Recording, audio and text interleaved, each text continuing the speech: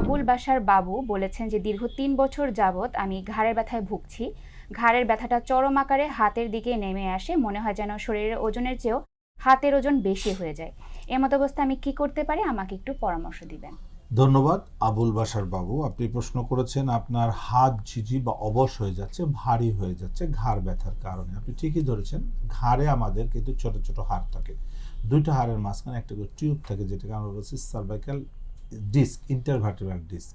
এই ডিস্ক হচ্ছে টিউবের মতো। আমরা ঘাড় বাঁকা করে করে কিন্তু সারাক্ষণিক কাজ করছি। সো এটা পেছন দিকে পোস্টেরিয়র সাইড আমরা বলছি, পেছন দিকে অতিরিক্ত স্ট্রেচিং এর কারণে সেটা ফাটল ধরে বা লিকেজ হতে থাকে। এই লিক দিয়ে জেলটা বের হয়ে যাচ্ছে, কারণ ওই ডিস্কের মধ্যে একটা জেল থাকে, যেটাকে আমরা বলছি নিউক্লিয়াস। এই জেল গিয়ে স্পাইনাল ক্যানেলের মধ্যে যখন ঢুকে যায় তখন সেটা শক্ত হয়ে যায়, তখন আর লিকুইড থাকে না। শক্ত হলে তখন নার্ভকে চাপ দেয় এবং সেখান থেকে আস্তে আস্তে হাতের দিকে ব্যথাটা শিফট করতে থাকে। এবং যদি এই জেলটা গিয়ে কর্ডে প্রেশার দেয় তখন হাতটা অবশ হতে থাকে বা উইকনেস ডেভেলপ করে, ভারী হয়ে যেতে থাকে। এইভাবে চলতে থাকলে একসময় প্যারালাইসিস বা 4 হাত পায়ে প্যারালাইসিস হয়ে যেতে পারে, আমরা যেটা বলছি সার্ভাইকাল মাইলোপ্যাথি। সো এটা ট্রিটমেন্ট হচ্ছে, একমাত্র সলিউশন হচ্ছে আপনাকে রেস্টের থেকে ফিজিওথেরাপি করতে হবে। অনেকে আছে ফিজিওথেরাপি করছেন, ভালো হচ্ছে না। কারণ হচ্ছে ফিজিওথেরাপিতে যাচ্ছেন, আসছেন, গোসল করছেন, ঘাড় কিন্তু নাড়াচাড়া খাচ্ছে, সো ফাটলটা আরও বড় হচ্ছে।